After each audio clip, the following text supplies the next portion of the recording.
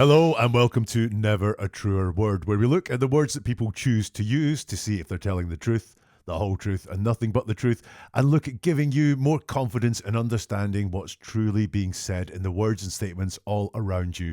In this episode, it's an extra bonus one where we're going to look at your questions and comments on some recent episodes. Thank you so much for all the questions and comments. I do try and read every single one that comes in. We'll start with a couple of ones that talk about lying and deception in language in general. This one here from Lisa Healthy Hair. Great username, Lisa. Lisa Healthy Hair, commenting on one of the videos, says he also uses all I can say, which indicates deception. Yes, it does. If someone says all I can say, we've got to ask why they're saying that. Sometimes it might mean that this is all I have to say. I do not have anything else to say. Or it might mean they've got lots of things that are in their head, but all I can say is, it's certainly focusing the conversation on a certain point, usually a point that they want to focus on and take the focus away from other things that they don't want the focus on. Lisa, thank you very much for your comment.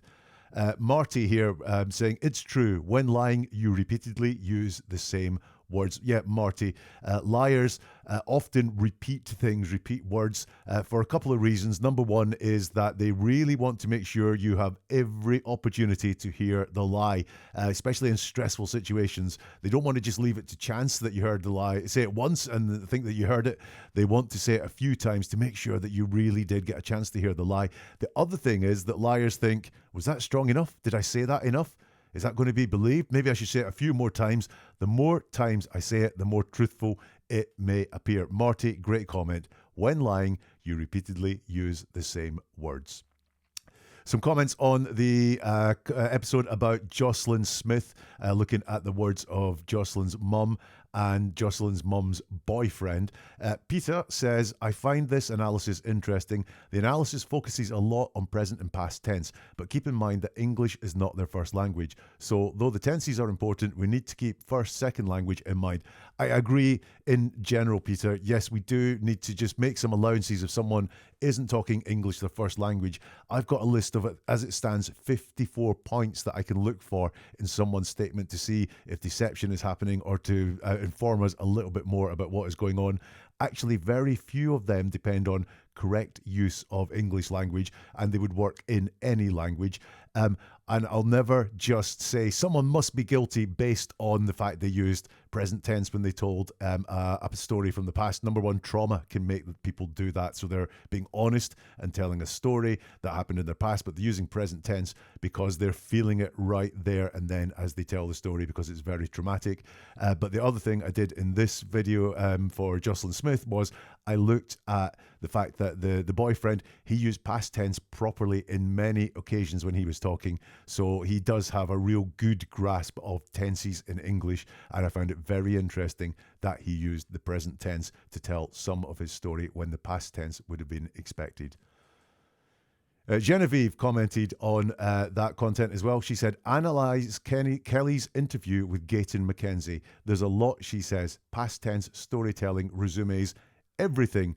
I would love to, Genevieve, if someone knows where the full interview that Gayton McKenzie has done with Kelly Smith, then please could you drop it in the comments or get in touch on social media or by email and let me know, because I have seen some of that interview, found little bits here and there of that interview, and it does seem really interesting. Genevieve, thanks for that. And if there's anything else you think I should look at, whether it's around Joslin Smith or any other story you see, then do leave it in the comments if you can, or get in touch on social media. All the links for that are in the show description here. And just ask, say, hello, would you mind having a look at this? I will have a look at it and see if I feel there's anything in it. To Kate Middleton now, and we looked at the apology that she issued for photoshopping the picture of her and her kids. The story's moved on a lot since that apology was issued, but this is one of the comments underneath that from Pippins. What a prat you are. 60 years an amateur photographer. For the last 20 years, every one of my pics has been tweaked up Photoshop.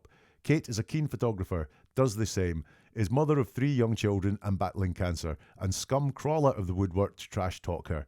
Pippins, you're entitled to your opinion. What I would say, though, is do beware when you're looking at someone that looks for deception in language and you're commenting on an episode that they've produced. Be prepared to have your language looked at as well. So what did I see from Pippin? Dropped pronoun. 60 years as an amateur photographer. Not I've been an amateur photographer for 60 years or I've spent 60 years as an amateur photographer. The pronoun, the ownership is missing. There's a lack of commitment to that. So really, have you been an amateur photographer for 60 years or have you just taken pictures all over your 60 years with the camera? Not really an amateur photographer, just like most of us, snaps things that they see. I think that's what's going on with that dropped pronoun. You don't class yourself as an amateur photographer unless you want to make a point using deception. We've got an absolute here, something liars use a lot. For the last 20 years, every one of my pics has been tweaked up. Really? Every one of your pictures for the last 20 years? I find that really hard to believe. Liars often use absolutes like every one of my pictures to make a point. So I think that is what is going on there. And also, you don't say who has tweaked it up with Photoshop. Again, you don't take any ownership of what you're saying, Pippin. For the last 20 years, every one of my pictures I've tweaked with Photoshop. That's not what you say. You've dropped yourself out of this again. So I don't believe this is true. The same point I was making about Kate. She doesn't say that she specifically Photoshopped that picture. Just said that she used Photoshop a lot.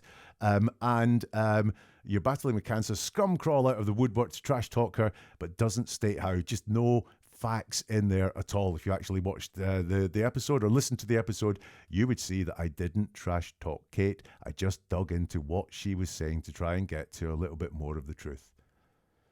And now some comments on the episode looking at Madeline Soto and her mum, Jennifer. Jennifer was talking when Madeline was disappeared. Madeline sadly has since been found dead. And asking how much did she know when she was giving these interviews when Madeline was presumed disappeared.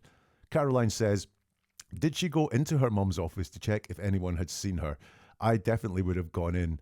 Well, let's look at what Jennifer said then. She said, I went to pick her up after school and she wasn't there. So I started driving around, maybe thinking she took a walk. Maybe she decided to walk to my mom's office, which is pretty close to the school as well.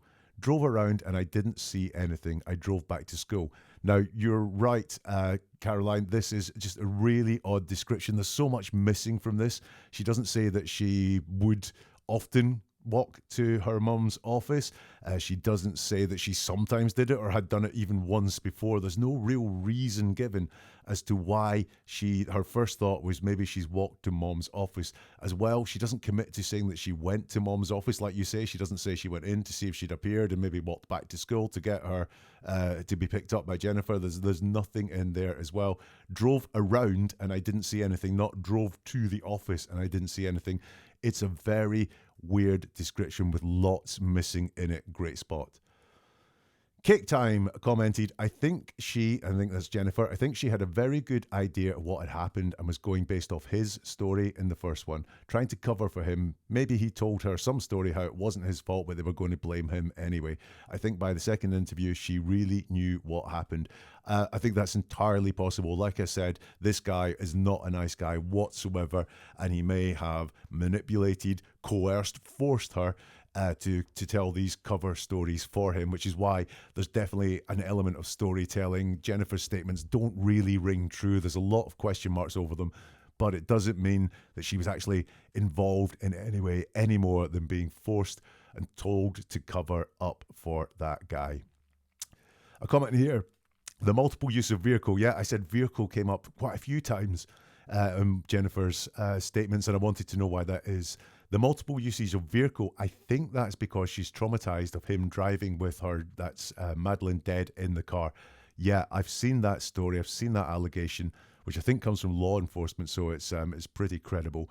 Vehicle certainly featured a lot in the words of Jennifer. She certainly was fixated in vehicle, and your explanation there makes a lot of sense. Remember the strange noise in the background and what was going on there? Martina comments to say the strange background noise was an automatic pet feeder. Let's have a She wanted to walk the rest of the way. Sorry.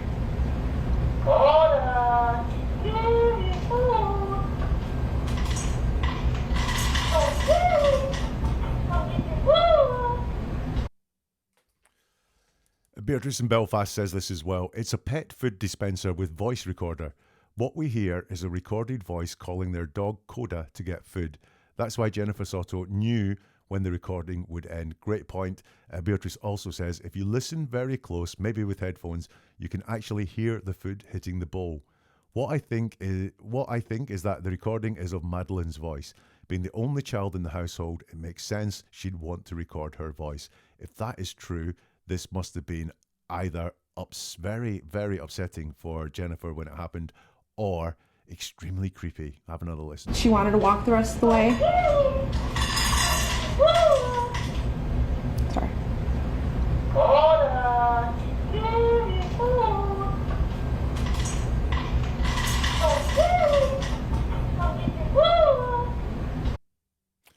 Beatrice, if what you say is true, yeah, just really odd, really creepy. Thank you for all your comments. If you've got any more, leave them here if you can, or you can get in touch with social media. All the links are in the show description. If you like this, then hit the like button or share with anyone you think would be interested as well. And if you want more like this and more like the episodes that have been described and commented on and talked about, then hit the subscribe or the follow or the add button so that you get the new content whenever it is released. If you have a look at neveratruerword.com, you'll find more podcasts. You'll find out how to contact me on all the socials. You could sign up for the newsletter, and there are more videos too. And we'll see you soon for something new from Never a Truer Word.